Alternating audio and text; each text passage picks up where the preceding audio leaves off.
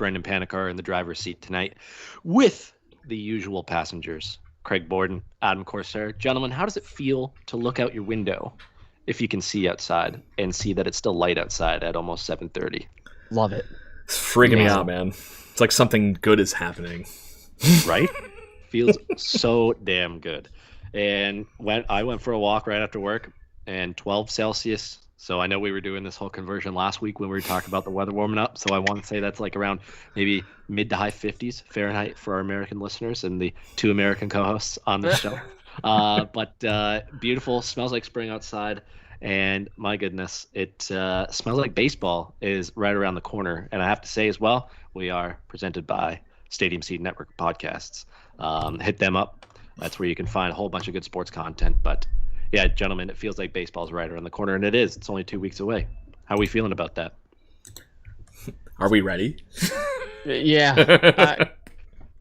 Bittersweet, I guess, because baseball is coming, and I know we have a lot to talk about when it comes to the Blue Jays pitching staff. But otherwise, look, I'm just happy baseball is here. St. Patrick's Day is usually the time where I like mark it on the calendar. We're really close to spring, or it's right here. And so, yeah, I'm super excited. I'm super stoked. And couple that with the warm weather, your mood just changes. I don't know about you guys, but the vitamin D hits me hard. I love it. There you go. Yeah, it's very exciting. Yeah, it is incredibly exciting, regardless of some of the news that have happened over the last few days. But let's start with a topic that totally shifted the original agenda, because yesterday I had texted you guys in the morning saying I want to do something a little different other than covering the normal news, which is all fun to do each and every week. There's always something in Blue Jays land to talk about, whether it's speculating who's going to make the rotation, what the batting order is going to be, whatever it is. But we were going to do originally pretty much copying Talking Baseball, the guys over there, the Yankees fans, and Trevor Plouffe, the former Minnesota Twin third baseman. They did a draft position player group by position player group. So I texted you guys that was fully on our radar to do. We can explain it later or do it at a future date if we want before the season starts. Rain check, exactly. So maybe next week, if no news breaks at the last second, we can do that. Up to you, though, Corsair. That's your hosting week. But the bit of news, gentlemen, that totally shifted what we were going to talk about tonight was the fact that Charlie Montoyo has had his option picked up for 2022.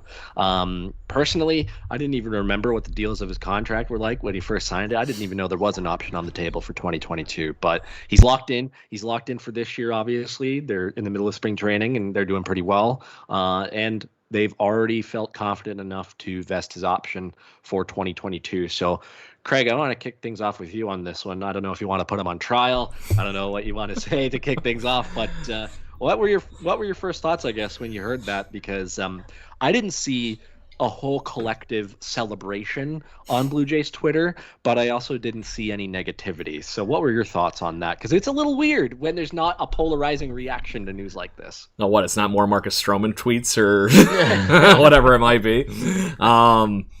And nobody said the ship is sinking or anything, so we're not going there. So, no, it's just that kind of like it's almost like the status quo, right? That's kind of how it felt to me. He hasn't done anything blatantly obvious to lose confidence in Blue Jays Nation, but he hasn't done anything to really wow Jays Nation yet either. Because we more or less have made a joke on this show a couple of times that he's the corporate puppet, right? He's just a member of the analytics team. He just happens to be the field general of the analytics team, is what it really boils down to, right? So I think that's why you get the weird mixed opinions on things, just because it's completely all over the place, right? It's just, okay, great, you showed up, you did a decent job, let's just keep running with it. What else can you say, really, right? It was, other than the fact that we've talked about it many times on this thing, there's some things that need to change as far as somebody actually having a pair of balls to maybe make some certain moves during the games and whatnot, and maybe the analytics aren't the only thing that needs to be gospel, but I think it's really just because he was a good member of the analytics team, he gets to keep playing. Yeah, I don't really mind the move, so I just checked out the contract details. In 2018, he signed a 3-year deal with an option for 2022. So 2022 theoretically is his final year, at least contractually, his final year as a Blue Jays manager. I don't mind it, especially when you're building something like this right now. Having a manager sort of step in next season when they're going to hopefully knock on desk be in full playoff mode, that kind of puts a monkey wrench in things. Oftentimes, the lack of continuity um, can be a bit concerning. Although at the same time, I don't think managers play a pivotal role in the success of a ball club. They certainly play somewhat of a role. So. Um, do I mind the move? No.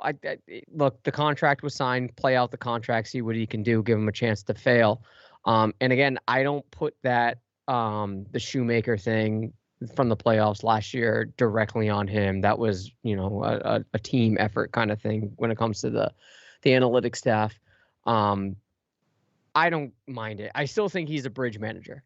I still think that he hasn't proven himself to be a manager that is capable of, leading a team, whatever that means, into a championship. I'd like to be proven wrong. Maybe he can be. The locker room seems to like him a lot. There seems to be a very relaxed and positive vibe when it comes from him. So I appreciate that. Prove me wrong. Make me think that you can, be a leader of the squad in at least a surface level kind of way. And I'll be down. But as of right now, I'm completely apathetic to the move.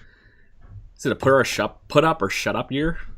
Does anybody else thought of that? No. Next year will be. Yeah. I would not be surprised if he goes into next season as a lame duck manager. Mm-hmm. And that's rare nowadays in any sport for a head coach, a manager, whoever it is, to go in as a lame duck manager. But Craig, I think that would be next year. Yeah. I only asked that because right now they are expected to compete. In one way or the other right now, I think the offense is going to keep them in that conversation. I know we'll get to the old elephant in the room with the other topic here shortly, but it's just, is it going to be him that takes the blame if this kind of thing does go a little sour, or is it going to be this whole, like we were talking about, the analytics team that has really been driving where this team is going and where they're expecting this team to really produce with these young talents and whatnot to as soon as this season. And a lot of those guys are actually at the moment going to have to even step up past the offense, what we were talking about. So I only asked the question because it could be as soon as, this is one of those moves that's supposed to make him comfortable for this season, right? Yeah. Yeah. Go ahead, Adam. No. I was going to say it depends on the level of failure. If it's a failure in terms of how the team is performing and not putting up, say, offensive numbers, I don't necessarily think that's a managerial blame. If it's the pitching staff sucking, I put that blame directly on the front office and not on Montoyo. But if it's, weird substitutions or relief pitchers being tossed in there or making just strange, shifts or lack thereof or whatever, then yeah, at that point, I'm putting it on him. But again, that's pretty rare for a manager to have his hands that much into the game to control the outcome, for better or for worse. I think the front office is going to hear it quicker than Montoyo would. That would not be surprising, especially because I think we're all in agreement, and a lot of Blue Jays fans are in agreement, that the constant changing of lineups are because the analytics department comes down and hands them a lineup card and says this is the best and most optimized lineup for today's starting pitcher for the other team, and he rolls with it and he doesn't push back on it too much. Maybe, I don't know, maybe he has a few tweaks and whatnot up his sleeve. Maybe a few of those reasons for the constant changing was a result of being such a young team and people not being firmly established in spots in the batting order. Now we have a more veteran team with Springer and Simeon and guys just getting older, so perhaps we're going to see a more consistent batting order. But in my mind, Montoyo still has one strike or one power card to play if things did go haywire this year, to not have him on thin ice going into 2022. If the offense falters and it looks bad on him, you know who he's going to fire? He's going to fire Guillermo Martinez, the hitting coach. Mm-hmm. If the pitching goes sideways, and I mean completely sideways, I agree with you, Adam. I would be more upset with the front office not being a little more aggressive by maybe adding an Odorizzi or another veteran starter just to eat innings. But there's always the option of firing Pete Walker, too, even though I do not want that because we've talked about how he can be a miracle worker in the past with some of these arms they've had. But he has that in his back pocket if something goes sideways in 2021, even in 2022. But I don't know, guys. If it's me, and we're looking ahead, and we're talking about this next year at this time, and Montoyo's going in as a lame duck manager, is it fair to have him go into the season as a lame duck manager and kind of dangle a carrot at the end of the season to be like, hey, if you do well and you get as far in the playoffs, you're going to be rewarded with a nice new contract. If you don't, and we fail on our goals, you're gone, and we're going to bring in somebody else or promote Brian Schneider. Is it fair for him to go into next season as a lame duck manager? I don't know who wants to take that first, but yeah, great. Yeah, I think it's fair to think that he should be worrying about that, especially if something funky goes on this season where they're not a 500 team or something, which, like we've all talked about, this is a 500 team all day, I think, without catastrophe. We don't know about that part. Obviously, baseball's baseball, and that's why you show up and play the damn game. So, but that being said, there are some pieces to that, and I agree with you that you can't, if the pitching staff has issues, you can't blame Pete Walker for the fact that you gave him a bunch of rookies and you hope to get something out of it. The next piece of that, the offense, if the offense fails, I think somebody is going to be held accountable. And it would easily be, the hitting coach is always the guy that goes, right? Especially when they have Dante Bichette sitting right there ready to go, right? So you literally have the guy that could be the replacee sitting 3 feet down the bench right now because he's already quote unquote helping in that ballpark, right? Or whatever it might be.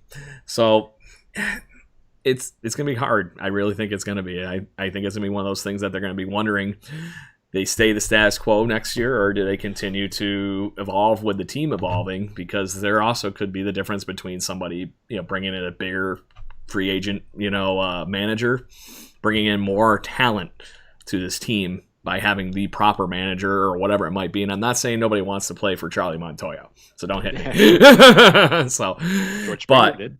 Correct. But if you bring in somebody like people knew John Gibbons and they loved playing for John Gibbons. People that played for Cito Gaston loved playing for Cito Gaston. It's the same thing as bringing in the right manager like that. That would be a reason that you could bring in free agents. It's a lot different if you all of a sudden had like the Jim Leland playing in Toronto, that you can bring in some extra talent. That might be the reason some of those free agents want to come to Toronto too. They're talking about expanding the brand, all that kind of good stuff. One of the ways you could do that is by doing that. Biggest catches right now with this front office, there will never be an old school manager like that in Toronto for the foreseeable future. Yeah, that I don't know. I don't know that putting that sort of pressure or putting that sort of incentive on him is productive, because I honestly, after thinking about it, I think this mainly falls on the front office, if not entirely. Think about it. If they're going to dangle that in front of Montoyo, right? Look, if you got to make the playoffs, you got to, make a push, or your job's on the line. Okay. Give me a staff that can do that, right? Give me a capable staff on offense and defense that can push me to the playoffs. And we just, sort of agreed that the manager doesn't typically have his hands that deep into the outcomes of the game or how the players perform. I don't know that you can put that kind of pressure on it. And plus, if you do and you get rid of them, what are you looking for as the front office? What are you looking for in your manager? Well, clearly you're looking for a yes man. Clearly you're looking for someone that's going to be, not opposed to having that lineup card handed to him, and not opposed to having, a 5-inning starting pitching limit for your play. And that's what you have. So why would you get rid of that? And plus, you look at 2013, for instance, before the season started, you look at that lineup and you're like, fuck, this lineup is built to win a World Series. Yeah. And they sucked, and Gibbons didn't get fired. Right? Gibbons, they kept him for a very long time. Right. So at that point, again, maybe it's not on the manager. Maybe just teams, in terms of their construction, may not be well enough to perform as a unit. So I think this really just comes down to what the front office is going to do to put Charlie Montoyo in a position to win. Again, I just don't necessarily think he's stereotypically MLB management material. And I do think that they wanted Baldelli when this whole thing started, and he ended up going to Minnesota anyway. So at the end of the day, they got what they want. They got a yes man. They got a guy that's just going to follow orders, for lack of a better way to put it. And that's not to say that Montoyo doesn't have a say. I'm sure he does, right? Obviously, if they're saying, like, hey, let Ryu go 5 innings, but after that, pull him. And he's giving up 12 runs in the first. Montoyo has the autonomy. Like, no, dude, you're getting pulled. Oh, come on. I want to see him keep getting shelled. So. Come on. Yeah. So at that point, yes, he does have a little bit of leeway, but I'm not sure. I think we put too much stock in what a manager is, doing in terms of the outcome of the game today. I'm sure that was true in Gibby's time when he was just a short 5-6 years ago. But right now, I don't think that's how the game's changed.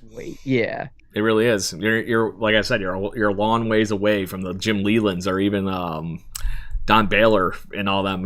It's just how it is. You're not doing that anymore. And you got to think that in Houston, that he's not getting all that kind of freedom that he used to have when he was the Nationals coach and stuff like that. So that's Baker. I'm sorry. There's two other things I want to talk about, Charlie Montoyo, before we move on to some of the other topics that we have tonight. And one of those, and this kind of leads into if he is the manager of the future.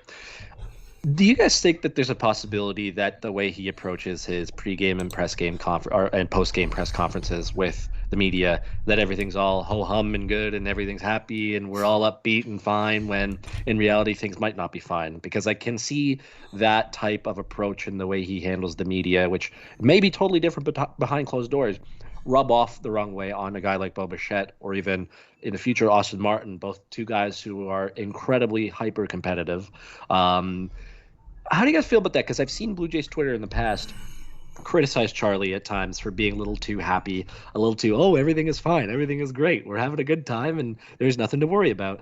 And I've seen people give him crap for that, because it's like, no, Charlie, it's okay to say it is not okay right now. We just gave up a lead in 3 consecutive games, and now we're on a 5-game losing streak. Not everything is fine. It's not early in the season. Adam, is that something that we should worry about moving forward, especially as guys like Bo and other guys get a little older and probably start having more of a voice in the clubhouse? Or is that just what we're going to get from Charlie every single year? Yeah, that doesn't concern me at all. In fact, that's one of the things I really like about him, is that I genuinely feel that is him. He's not putting up a front. He's not putting up a facade. That is probably how he approaches things, and that's sort of envious in a way, because I tend to worry about a lot of things, especially when the outcome is bad. But if the Blue Jays get trampled, he comes out to the presser with a smile on his face, and I'm saying that's a little envious. I like that outcome. And correct me if I'm wrong, I think there was only one presser last year that he really ripped into it, and he was like, "We played like shit," and he literally said that, and you could tell he was pissed off. And I've never seen Montoyo like that. But at the end of the day, this isn't the NFL, right? I don't think baseball players respond well to the rah rah and get you fired up and in 7th inning stretch or whatever. Like, it just doesn't happen. I don't necessarily think there's that much of a motivator factor when it comes to baseball. Baseball is a process. It's not, you have to go with 0 to 100 every single fucking inning. It's more a finesse. You gotta you want to get somebody, you want to get Rowdy too fired up, and when he goes to the plate and just swings at literally everything instead of taking his time for the pitch he wants. No, that don't work. No, and same thing with Grichuk, right? Even though it's gonna, that's gonna happen anyway.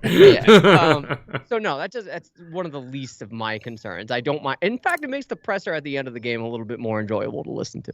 Hey, that's fair. So we should be telling Blue Jays Twitter to lay off a little bit. I have a strange feeling that when he needs to lay into somebody, he's going to have no problem doing it. He strikes me as the very similar to this group. You know what I mean? It's the best friend of the worst enemy thing. There's not. It's one or the other. There's no in between. If you piss me the fuck off, I'm sorry. You're going to know it. But does anybody remember the year that before that, when obviously we won a whole 30 games for the whole 2019 season or whatever it was? Yeah. So there was that one game that he came out after the presser or whatever, and they're like, well, who do you think you're going to pitch tomorrow or whatever? And we were just grabbing random ass knuckleballers from Japan off and he goes, we don't have anybody else. Yeah. So what? That's exactly what I expected to hear. And he didn't try to go over it and sugarcoat it. And it's like, yep, we're just going to throw anybody out there that can give us a couple innings and we're going to have a good time. And let's play minor league baseball at the major league level, guys, because that's where we're at in 2019. So, but hey, if that's what we're going to get from him, at least I think the best thing that he does for his players is one way or the other, they know where they stand. And the fact that they are getting that almost a fresh restart every day. You know how you always hear about relief pitchers especially, right, are always, I just got to forget that outing. They're supposed to be short memory. No long-term memory. Don't remember that shit you did a week ago. Worry about the now thing. I think he keeps them cemented in that now factor. And that is a big thing, especially think about last year, guys. They literally were homeless. Yeah. You got a guy that's coming in with that, that leadership mentality to it. That is a big perk that at least he's happy about things. I better damn well be too, right? Right. The final thing I want to ask you guys, and I'm asking this because I feel that after a season in 2019 where, we knew that they weren't going to do anything, there was a lot of losing that year. There was a lot of injuries that year.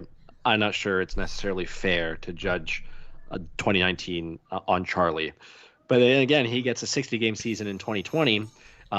If this whole pandemic didn't happen and there was actually a full 162, that might have been a little more fair to evaluate him. But he kind of lucked his way in to a 60-game season, and now he has a playoff berth on his resume with an expanded playoff field, as we all know. So, Craig, I'll start with you. If you were to give Charlie Montoyo a letter grade for the work that he's done so far, keeping in mind everything that's happened, you can even touch on if you feel it's a little too tough to grade him at this point because of the two very odd seasons and the situations were kind of out of his control with what was going on. What would you give Charlie as a grade? I'm going to give him my wonderful, what I had as an engineering student in college because I had no time to actually study because I was working and all that other kind of stuff at the same time.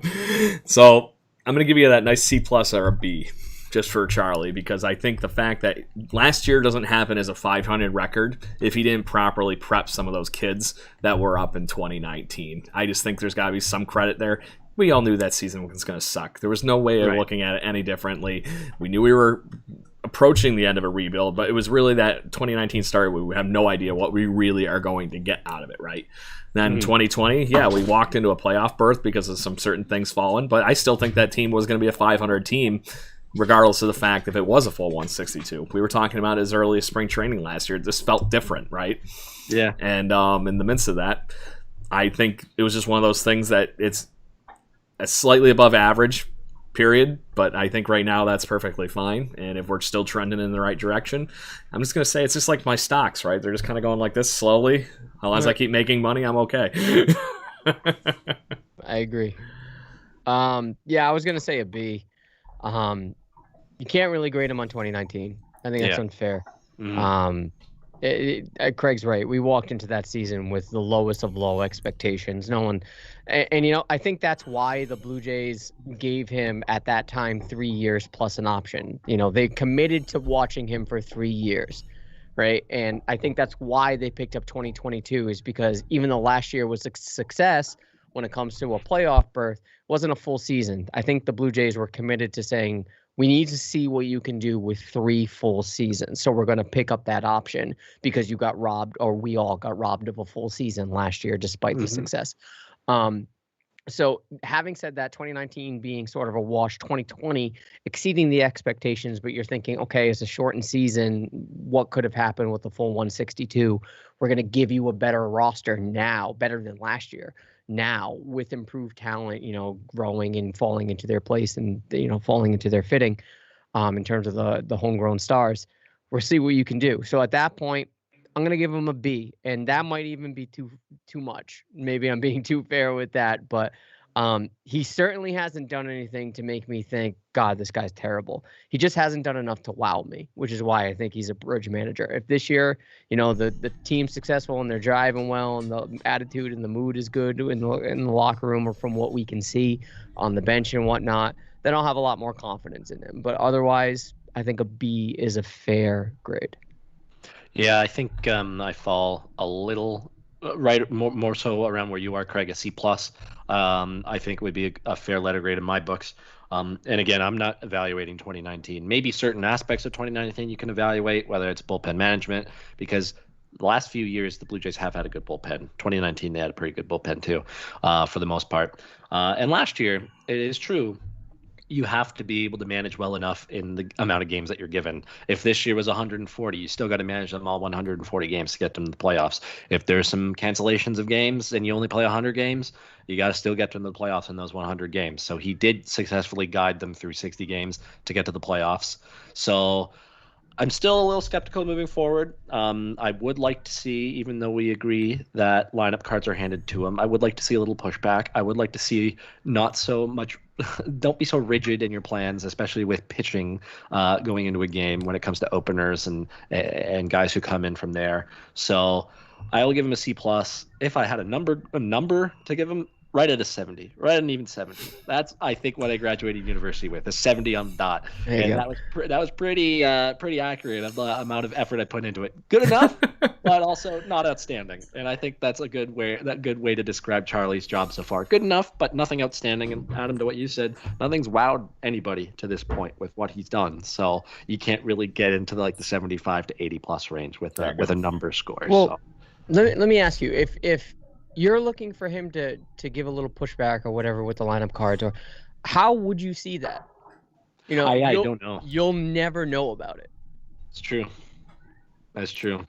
That shit is definitely kept behind closed doors. I go back to my previous "the ship is sinking" quote. If that comes out again, yeah, we'll know about that. But if it's a friendly disagreement about it, we won't know about it. I guess this year we might be able to tell if there's a change in philosophy because you have more veterans on the team and some people like Springer or Simeon who've been established in certain parts of the order. If we consistently see them in the 1 or 2 spot every year, then maybe that's either the front office having a little shift of philosophy or Charlie being like, no, this is where he's been successful this whole year. But yeah, you're absolutely right. It would be tough to see that kind of stuff happen. So. Bingo. Yeah, I mean, that's the trial of Charlie so far. He's back for another year. We've given him grades all across the board for the most part, but pretty in line with what I think that he has done to this point. So let's move on. There is some bad news. I know Charlie's news wasn't bad, but it wasn't also like, yay, oh my God, he's back. This news was, oh shit. There's 2 injuries now. We talked about Nate Pearson last week. So let's start with him. Pearson re-aggravated his injury that he sustained about a week and a half ago, and it's official. He's not cracking the opening day roster because of this injury. And then today, Thomas Hatch leaves the game after throwing a few pitches. He threw a pitch, clearly in discomfort, threw a few more, and then he just called it the trainer. And where have we seen this before? We saw that in that crazy week in 2012 where we saw 3 pitchers do the exact same thing. Throw a pitch, try to throw another few pitches, and like, I can't do this anymore. So he's getting an MRI on his elbow. But let's start with Pearson because we had started to talk last week about potential fill-ins for his spot. And Thomas Hatch was a name that was brought up. But now that he's off the board as a potential replacement, and now that we know Pearson is not going to be on the opening day roster, Adam, where do you go from here? Because you have Ryu, Ray, Roark, probably Mats, and I don't know, is it Stripling? Is it Anthony Kay? Is it who? Or do you go dumpster diving for a veteran free agent? You would assume Stripling is going to get in there. Just based on familiarity and I just think he's the most obvious. If it was just Pearson and you could probably get by, I really like Kay. I think Kay deserves it, but I think they like him to start in the minors or at least in the first month in the quote unquote taxi squad. I would love to give him the chance, but I have a feeling, and I think AJ brought this up last week when she was on. I think it's going to be Thornton before Kay in the eyes of the front office, not and whether or not we agree we can discuss. But I think it's going to be Thornton that's going to get a shot before Kay, which is unfortunate. But I think Stripling's the obvious shoe-in right now for Pearson's spot. Maybe not as in number 2, but in the starting 5. So no dumpster diving for you, Adam. Not yet. I don't think they're going to do it yet. Yeah, Craig, are you going into the dumpster? I'm dancing on the edge, just kind of like right down the line.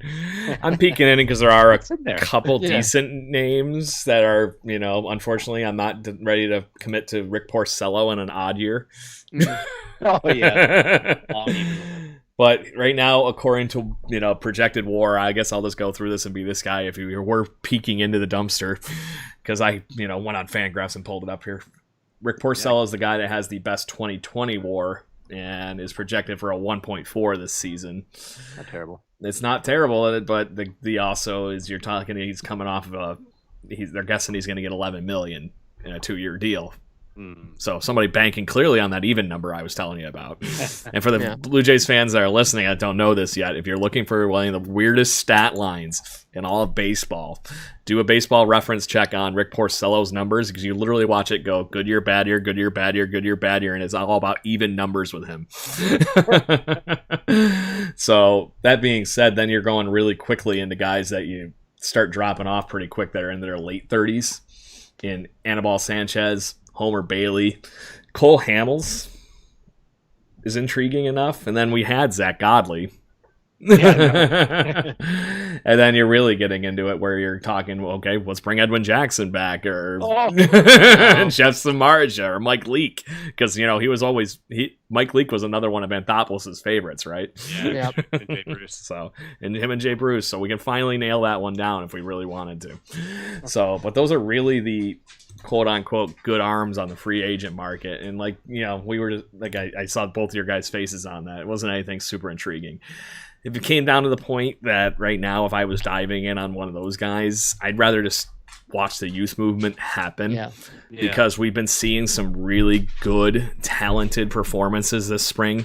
Alex Manoah, Simeon Wood-Richards, everybody has been having a great spring. It's really hard to even think of anybody else at this point. Anthony Kay has been tremendous since really solidifying that cutter and going from there. But it's just, I think you got to be, I would rather be looking at that dumpster in a couple weeks, once the season started, and maybe we are a couple weeks through starts and some of these guys. But I really think it's one of those situations right now with what's going on with Hatch and what's going on with Nate Pearson. Just run with the hot hand. Just grab the guy that's thrown fire for that week or that month or whatever it is, and just let it run, let it go. What's the situation out of that? Hopefully, we're going to be doing good enough on those, the other 4 rotation pieces. Hopefully, don't want to say it, but even Tanner Roark has looked okay. It kind of hurt. So, but I really think that's where you got to be hanging your hat. We're hoping to get good enough starts through 1 through 4. That right now you might as well just play the wild card in that 5th spot and hope that Stripling or whoever can fill in that spot and that void just enough to hammer it down there. It's a 50-50 chance to win every night. Because the other catch on that too is, guys, we've talked about it. If we can hold somebody within 3 or 4 runs every night, this is going to be a very interesting team, just because of the fact that we have the ability to score easily that every night. And we've been seeing it with the dusting that we've seen in most spring training games when the regular lineup is in it. How many hits did Vladdy have the other night or the other day? And he had 4 hits, and then the rest of the offense scored 17 runs? Yeah. Was it? It's like, okay, that was against major league starters. The beginning of that game, anyways. So there is something tangible there that if we get just enough in that 5th spot. I'm not saying bring Josh Towers out of retirement. Just saying. But that's what we could do, is have somebody in that level of ball and just hope to get enough out of it and let the offense mash like we expect it to. It's interesting when you go to BlueJays.com, and I'm looking at the depth chart right now, which is why I'm looking over this way. It's on my monitor over here. Sure. Goes Ryu, Pearson. Obviously, he's out of the equation. So Ray slides up to number 2. Matz is 3rd. Roark is 4th. And then Stripling was the 6th name listed. So he would slide up to number 5 in that case. So and that makes sense. My guess is, unless Ross Stripling just absolutely blows his opportunity over the next few weeks, which he hasn't so far. I'm pretty sure he's looked okay in some of his outings. He probably will open as the 5, because I think he has the most experience out of everybody who's left. After that, the 4 names that follow Ross Stripling are Hatch, who's obviously not going to be in it anymore, and then it goes Trent Thornton, Anthony Kay, and then TJ Zoik. So, Adam, you brought his name up. Let's touch on Trent Thornton briefly for a little bit. AJ's made a very good point last week. She really did, when she feels that Trent Thornton would get a chance over Anthony Kay, at least to start. Thornton was really, really, I wouldn't say good, but he was reliable in 2019. And then he came into 2020 and was just not right from the beginning, injured. And then his season was finally shut down. It just was, you could tell, it was just not the same Trent Thornton. So given his experience in 2019 and his few starts last year, would you say Thornton is probably going to be the guy, or between Stripling and Thornton, who would you go with for that 5th spot? Oh, that's tough. Because they're just not. I mean, at that point, I don't care. They're fifth starters. I know it's a terrible answer to your question, but if I had to choose, I feel like we know what Thornton is right now, so I would only do that if Stripling was just terrible. Yeah. Right. And then you just slide in Thornton. And I don't know that the upside is going to be that much greater, but it might be just a marginal improvement. Yeah. If Stripling is, terrible, which I don't think he's going to be terrible. I just don't think he's going to be great. Yeah. Extremely mediocre, right? Yeah, just fifth starter material. Just there. Exactly, and that's all. Like I said, I'm thinking that's all we need. I really think that if we get mediocre, we're doing well. Anything up better than that, amazing, right? Right. And if we look, if we're so gung ho, not we, but if the front office is gung ho about having Anthony K having starts in AAA, same thing with Zoik, maybe Woods Richardson, whatever.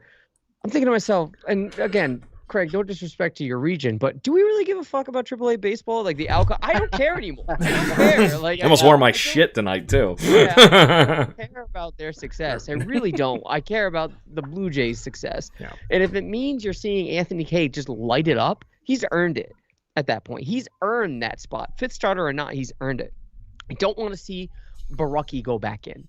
Right, I don't want to see them mess with that. And maybe Trent Thorne is sort of a perennial bullpen guy. Fine, if he's providing innings and he's effective, fine.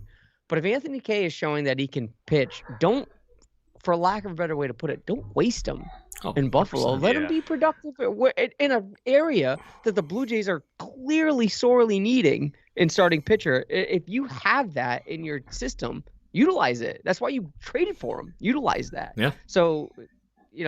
Long-winded way. I don't care about a fifth starter, but if you have a guy in AAA that's earning it, put him in there. Don't be afraid. Yeah. I think the most confident thing about Trent Thornton is, his upside could be a 2 or 3 guy. Really, it's obviously peaking out at 2, but I think he's realistically a 3 or 4 guy. But he discovered something working with Clay Buchholz in 2019 there at the end, and you literally saw a giant leap in his game. He's got that in the tank. It's ready to go. He had a whole year off getting healthy. I really think that now when he gets the ball here in the next couple of days, he's going to get a chance to show us really what he has learned in that time frame. It's not like he's been sitting out completely. It's just whatever. So apparently I have dog problems. Get the hell off her. You have right there. Don't worry about it. This is a family podcast, everybody. But I just, you can't really go wrong at the start of the season. That's when you sort of, sort things out and get it going. But when it comes to the upside that you have in your AAA system, utilize that AAA system. Oh, I'm sorry. Oh, no, dogfight. We got a dogfight going on in the background here. They get too rough when they play, man. Dogfight. Yeah, dogfight. All right, Craig's out for a little bit. He's tapping out. No, Adam, could you see a situation? I was just thinking about this, looking at some of the names.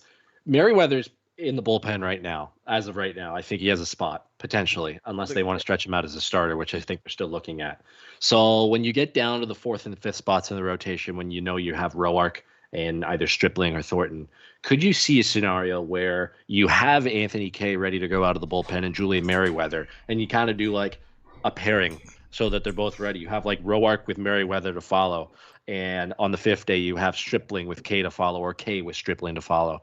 Whatever it is, whatever that order is, do you think that could be an approach that could work, or they'll take, or would you rather just see, these are my 5 guys, let's roll with this to start the season?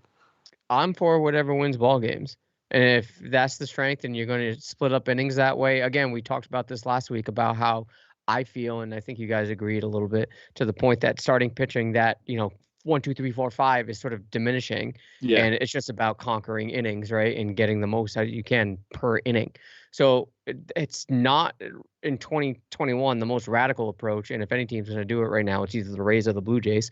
Right. So you might as well utilize it and see how it works, and if it's giving you an upside, fine, split up the innings however you want. And if that means I think you said Stripling and K, is that how you put it? Yep. If they're each going like 2-3 innings just to start the game and then hit up the bullpen, fuck it. I'm fine. Win games. That's all I care about. Win games. Did you catch that question, Craig? I Anything did. to chime in there? A little bit, if you want to catch me up a second. Now that live TV. Yeah. So, I missed most of it though. So if you want to catch me up.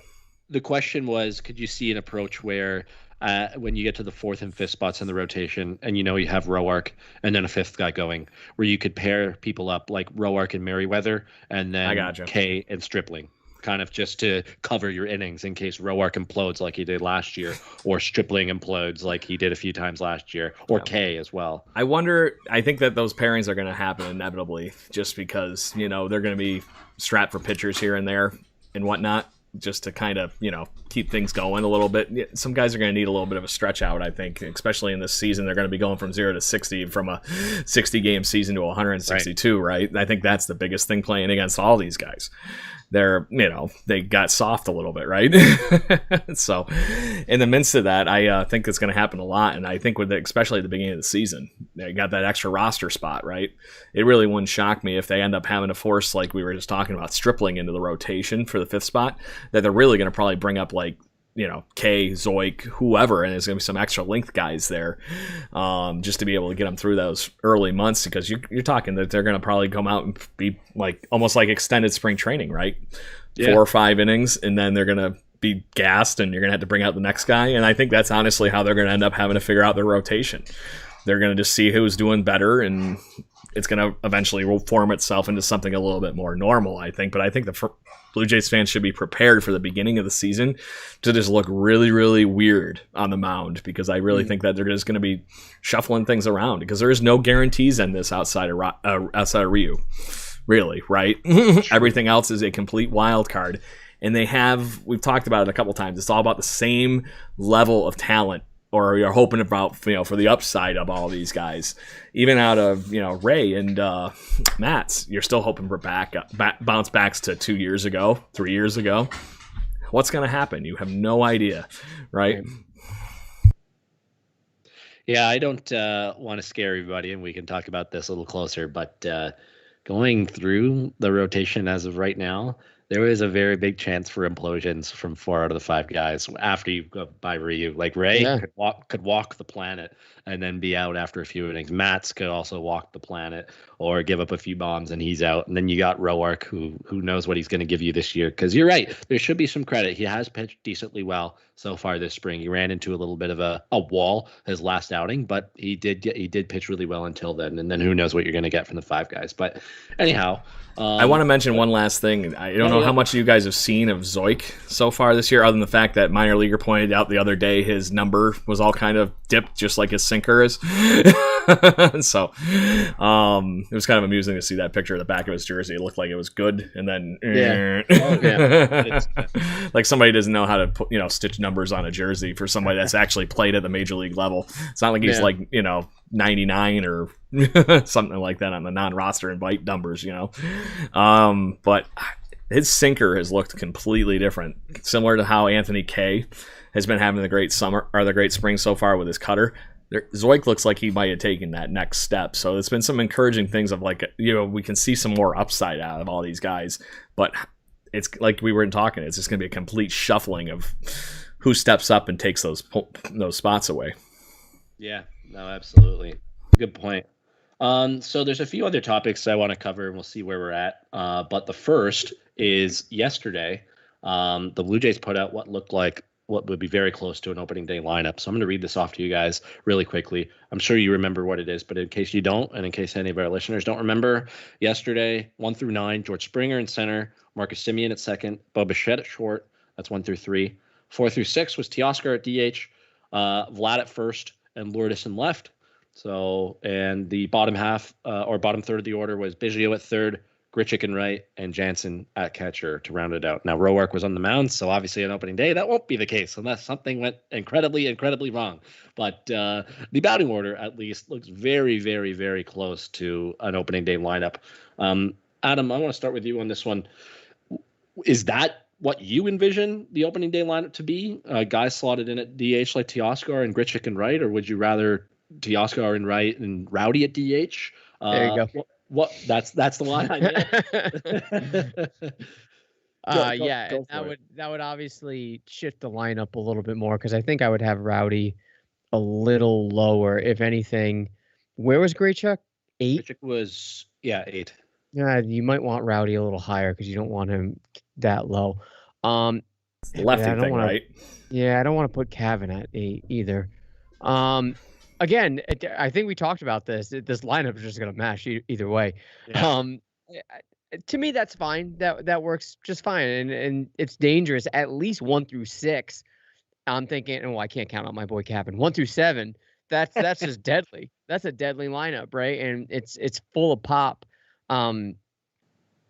Yeah, I think something similar to that. I wouldn't trot out Grichuk on my opening day roster. They might have to just because of the size of the contract. You want to justify it or to make him a little bit more attractive in trade talks, if there are any, or maybe potential trade talks.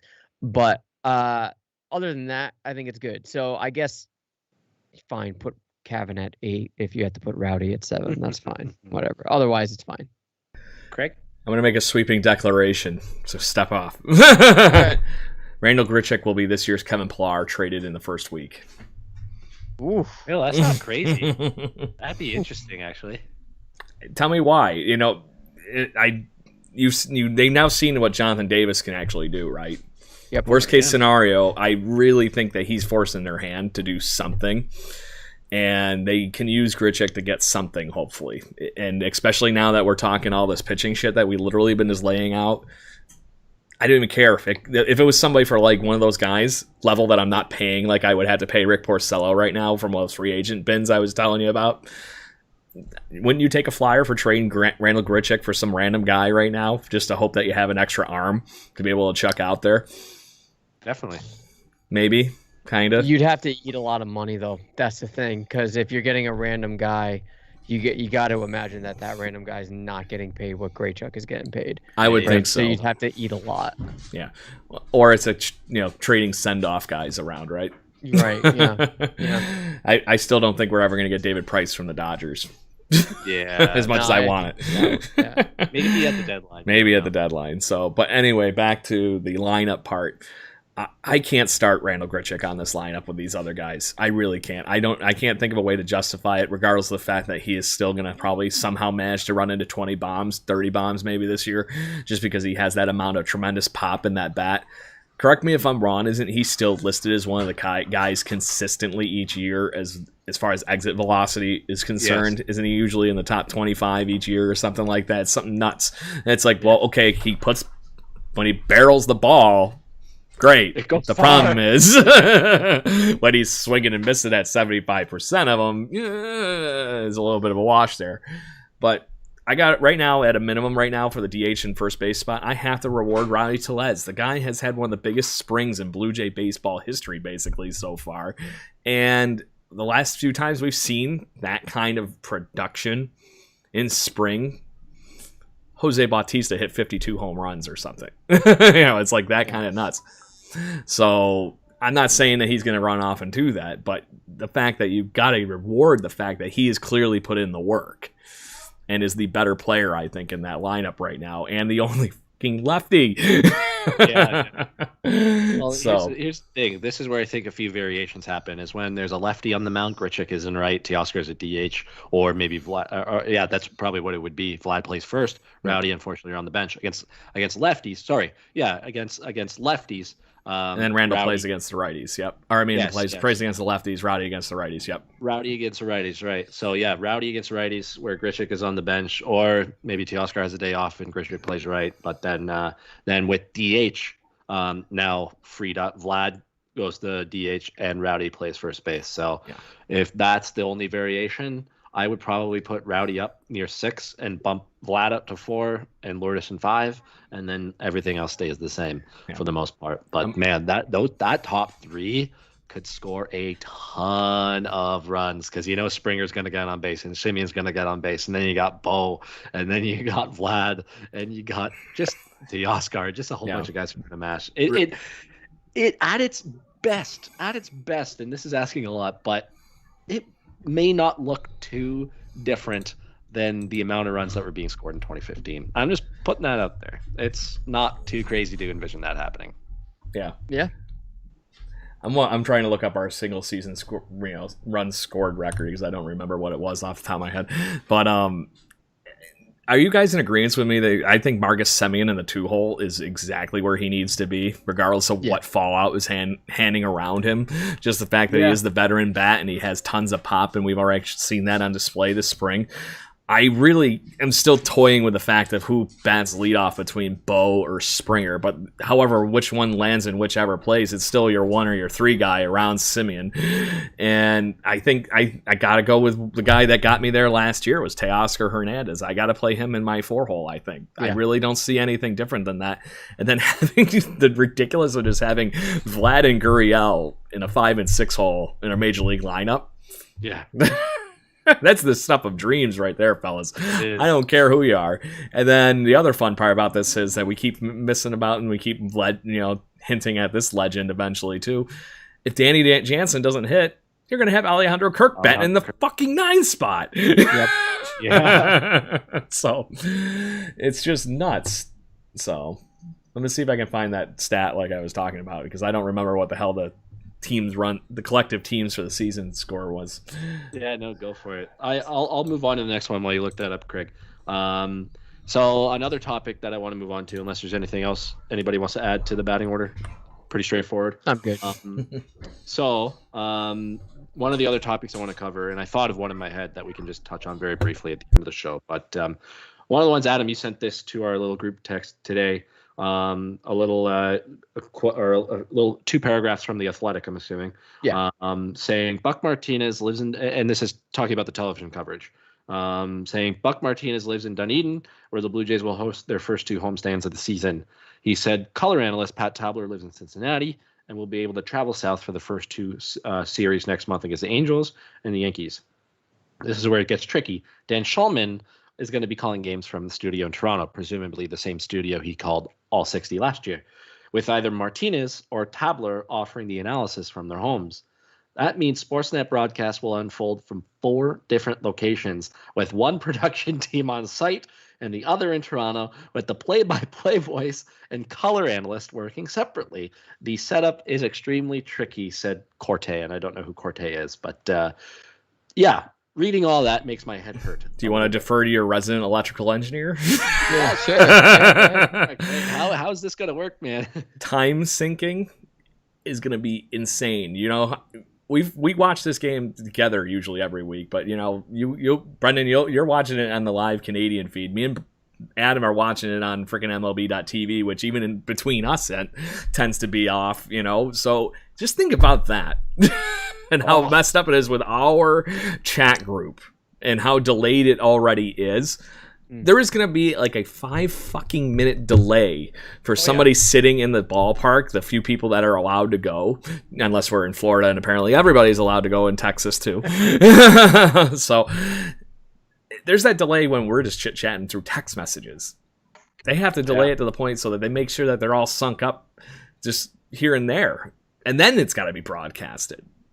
There's just this slice after slice after slice, and it's going to be really weird and hard for everybody. And not to mention, you're hoping that they have the exact same TV feeds too. So I think they used in that article, if somebody makes a diving catch in the outfield, are they going to both try and step on each other to try and make the call or talk about it just because they can't tell if somebody's it's dead time or not?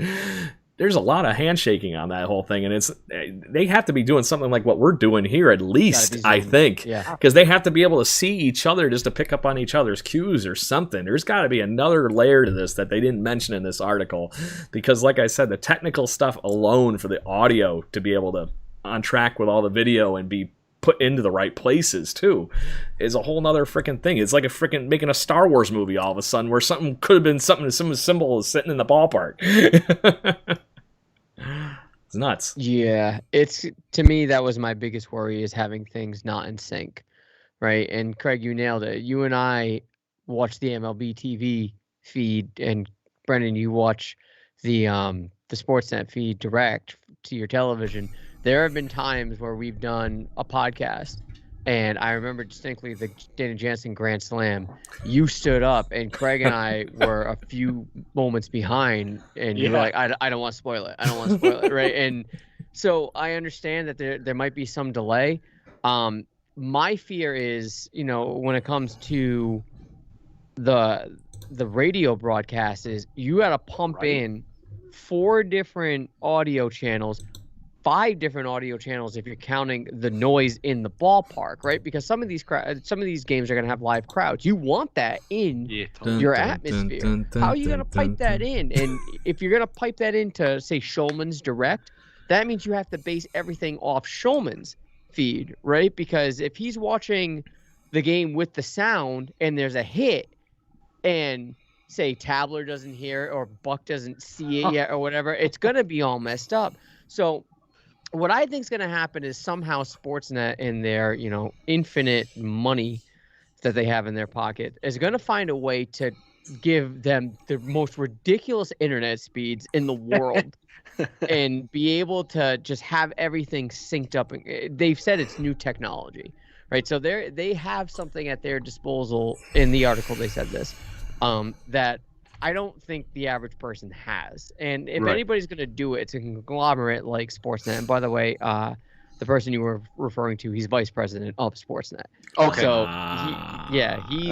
he knows what their capabilities are.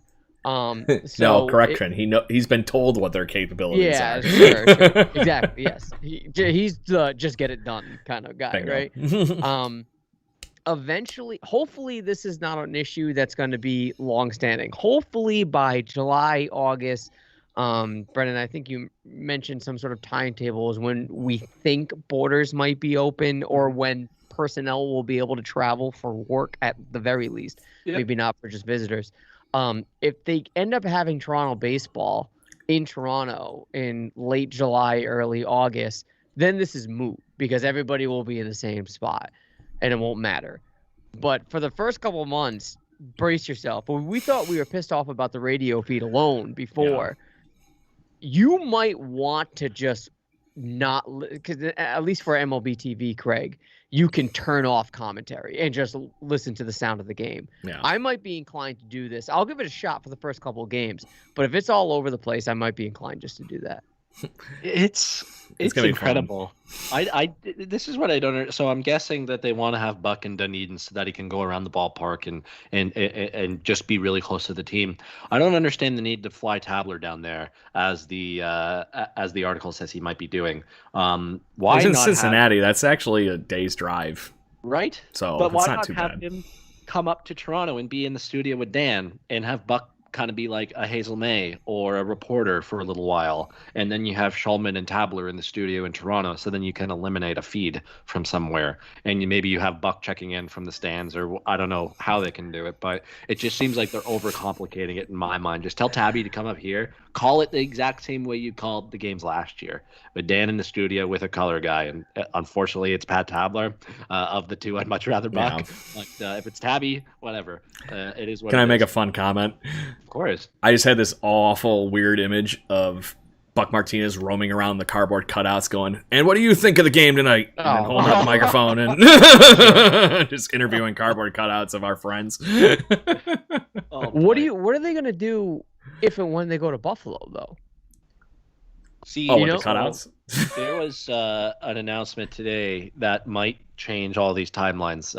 The Minister of Sport and Tourism and Travel or whatever, or Entertainment, her name's Lisa McLeod in the Ontario government, said that to help the CFL return to play, and I know these are outdoor stadiums, they will allow for a bubble if vaccines aren't being rolled out as quickly and they're still in a dire situation.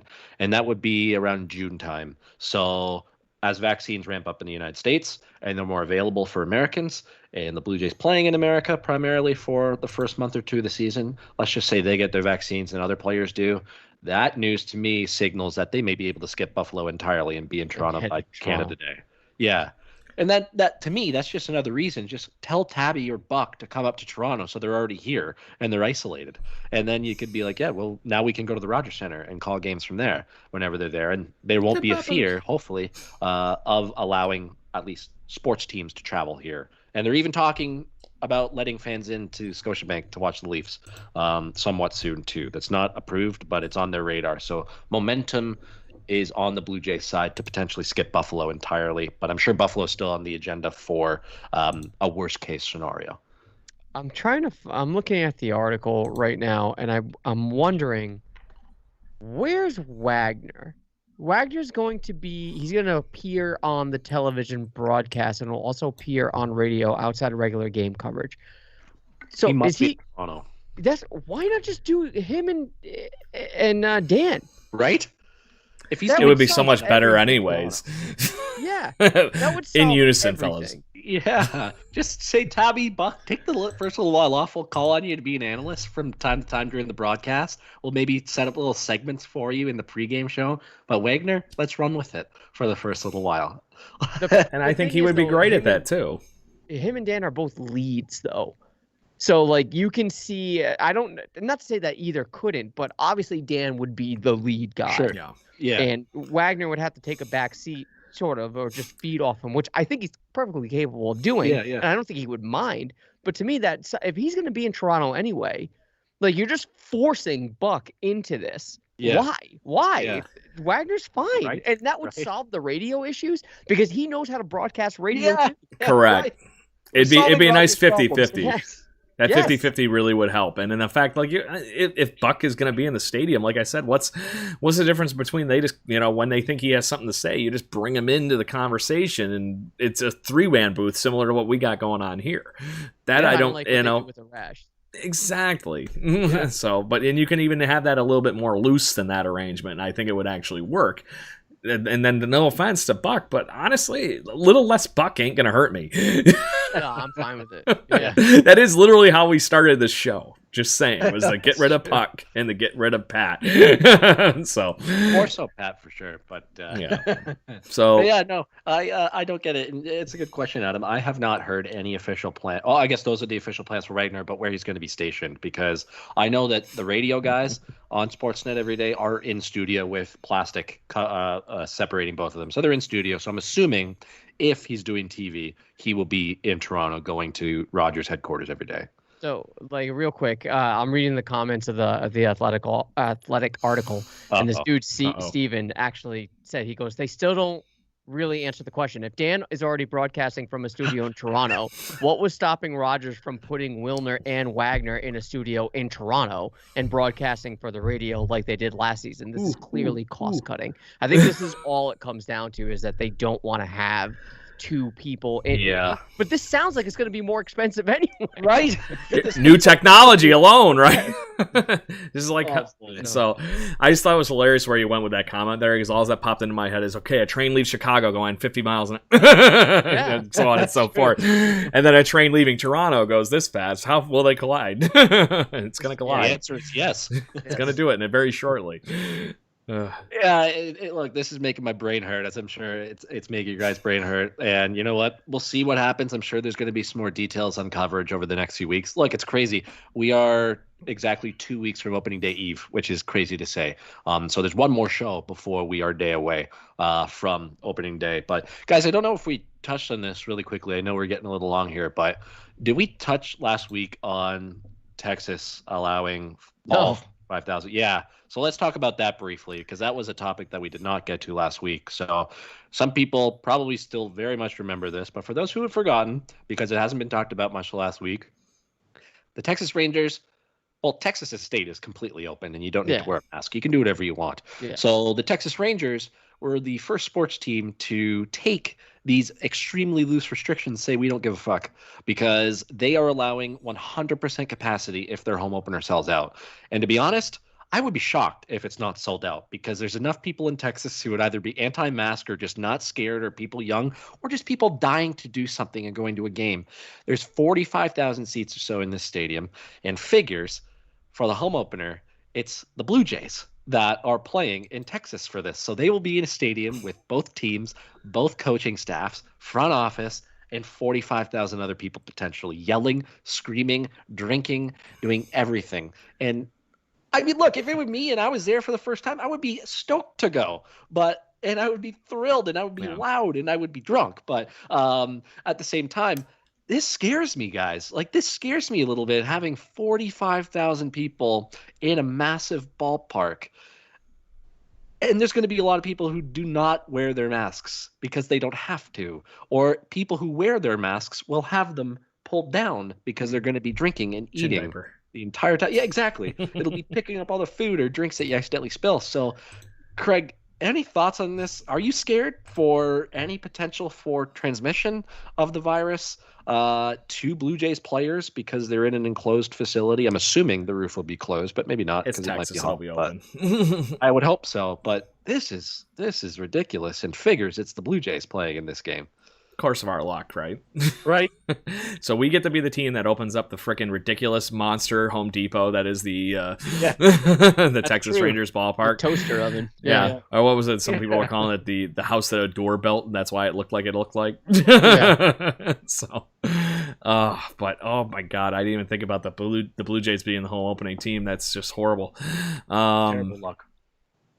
But it doesn't shock me that Texas is doing this. It shocks me more that the players' union's allowing it, because with all this going on, Major League Baseball players still have to follow all their protocols and stuff, which is extremely more difficult than it was for last year as far as what they can and can't do. A lot more guidelines, and there's a lot more severe team penalties on point with this whole thing too.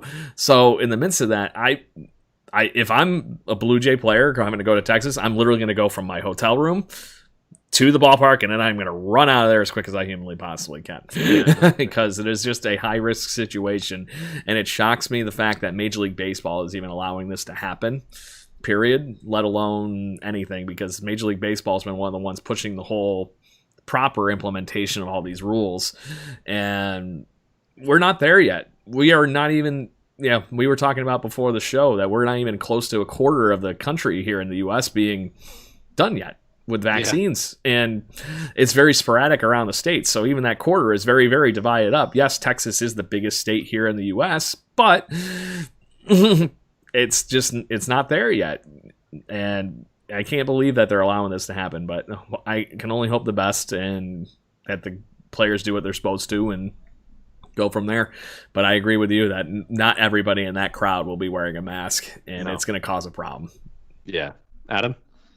Yeah, I mean, when I first heard the news, Rich broke it to me, and I was saying, "Oh, that's kind of rough." But then I thought, it's not going to be an issue because all 17 of their fans are just going to be there anyway. So it's they are going to have a rough year, so it is going to be hard to get people there for opening day. Other than the point that Brendan pointed out, that it's finally something to do. That's what I'm saying. Like, all jokes aside, and I said that in jest, obviously. All jokes aside. They'll all opening days are sellouts. So they'll probably sell it out opening day and just be there. But the Blue Jays have done it every season. They have been in the tank, right? They sell out opening day. True. And then the next day, literally game 2, it's crickets. Like, no one down the right field line anywhere. The 500 levels are empty. So literally the second game of that that series, it's not going to be a big deal. There's going to be hardly anyone in there.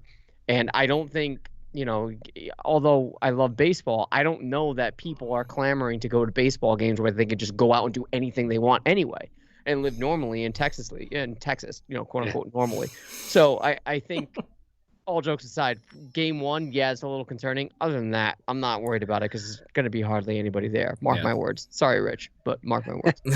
The one catch on that whole thing, too, it is a new ballpark. Yeah, it's a toaster oven, though. Yeah, that's a good point. But they have a giant rock wall inside that they can see in the regular Texas landscape. I've seen it myself. Oh, boy. Yeah, you're right, Craig. You summed it up perfectly. Both countries are not there yet to have full capacity stadiums. And even when we get to that point, it's going to take building back up of confidence, because we've gotten used to this normal for the past year now, and over a year, which is crazy. But it's going to take some time before I'm 100% comfortable walking into a venue with a sold-out crowd of 50,000 people. Even 25% or 50% capacity will be nervous. I'll be a little nervous for the first time. It'll take a few before it's like, oh yeah, this is what normal was like. So the fact that they're just going and just saying, fuck it, let's do it. It's just like, yeah, I mean, you're within your right to do it as an organization. I personally just did not think a sports team was going to take those restrictions being eased and being like, yeah, we're going to do it because we want people here and we want the money. That's basically what the Rangers are saying. And hey, they're following the rules that are allowed in their state, right or wrong, morally right or wrong. So I just hope whatever happens, the Blue Jays get out of there safe and sound, and that they're okay. And you know what? So far, spring has been pulled off pretty safely for the most part. I don't know about you guys, but I have not seen a single COVID piece of news regarding any spring training camp so far. And that's interesting to me because it makes me think that especially watching the Yankee feed, pull a little deal underneath the rug of the public eye to get some of their players in front offices vaccinated. Probably not, but what is the? That's actually a good question. What is the protocols right now for Florida? Is it just anybody can get vaccinated? Ooh, I don't know, think it actually. is that. I think they're. I think you got to also think that they're the oldest on average state in the whole country too. So yeah, that's true. Let me see. I'd have to look, but in all reality, so I don't think it's been as bad. 60 plus. Yeah. Okay. But yeah, still, I have not seen a single COVID scare in both spring training sites, Arizona, Florida, wherever it is. So maybe this will be able to be pulled off, and maybe there won't be too much of a scare come opening day. But it figures it's the Blue Jays, and hopefully nothing comes of it. Yeah. Craig, any Twitter questions, messages, anything before I'm going to call out our fans because it's been extremely quiet this evening, even though we've had over 150 people listening. St. Patty's Day, bro. I'm just saying it's drunk and quiet. I'm going to chalk it up to that. So, but no, it's been we've had great attendance per usual, but it's been extremely quiet. So either everybody loves what we're saying, or they're secretly hating it. One or the other. Yeah, that's true. I finally found that stat. Oh yeah, I did. So basically, the most runs scored by the Blue Jays as a team was in 2003, and they scored 894 runs that season. Oh wow! And then their lowest, crappiest season was 1978. Shocker, at 590. But run difference. So anyway, 894 runs total, and just to go through the collective normal everyday lineup of what the 2003 Blue Jays were. Catching was Greg Myers, who had a monster year, batted 300. Delgado at first. Orlando Hudson. Chris Woodward. Rookie of the Year, Eric Hinsky. Shannon Stewart, Vernon Wells, Reed Johnson, and then Josh Phelps batting in the DH spot with 20 home runs. So that was a monster lineup, and that's also not to mention that you got through outfield rotations and DH spot rotations that Frank Catalanato was actually part of that team as well. That's right. Wow. Oh, I almost forgot. Mike Bordick. Oh, wow. Yeah. Who? Mike Bordick. On-time Orioles shortstop turned Blue Jay for like a year. What part of the continuing revolving door of shortstops at Toronto Blue Jays baseball? Yeah. Hopefully that's not the case for the next 10 years, but yeah, it is what it is. We'll and then future Blue Jay and future Rays managers, and I'm saying Blue Jay minor league manager Ken Huckabee, also famous for taking out Derek Jeter. And Kevin Cash was on that bench. Yeah. Right. I forgot Kevin Cash was a Blue Jay. So that's interesting because that lineup actually, guys, sounds eerily familiar what we were talking about earlier as far as quality, but we got a lot more pop up the middle than that lineup did. This is 2003, right? 2003. Jason Worth was on that team. Yes, Jason Worth was on that team, sitting on the bench, got in a whole 20 games, it says. Mm-hmm. Yeah, 20 games. He had 10 RBIs in that, too. Yep. Good times. Good times. And one of the guys I always loved watching, Howie frickin' Clark. Yeah. Oh, boy. The steroids were rich in that club, except they just didn't work. Yeah. Not enough to get us over the hurdle. Really tried. But it didn't work out the way they wanted. Just look at Hinsky's neck. You'll see. Like that. Yeah. Yes. Meaty. Well, we'll keep the good times rolling here on Jaybird Watching. We appreciate everybody who's tuned in. Look, we next week, Adam, you're in line to host, and then the week after, Craig, you get Opening Day Eve as the show. I'm assuming that's what we're going to do, Opening Day Eve. Of course. Just to set the stage. It'll feel like Christmas Eve. It really will. But only 2 more shows before we get Opening Day in Blue Jays baseball on our calendars. But gentlemen, until then, let's sign off tonight like we normally do with a 2 claps and a Ric Flair. Let's go. Let's go, Blue Jays. Baseball's almost here. Woo!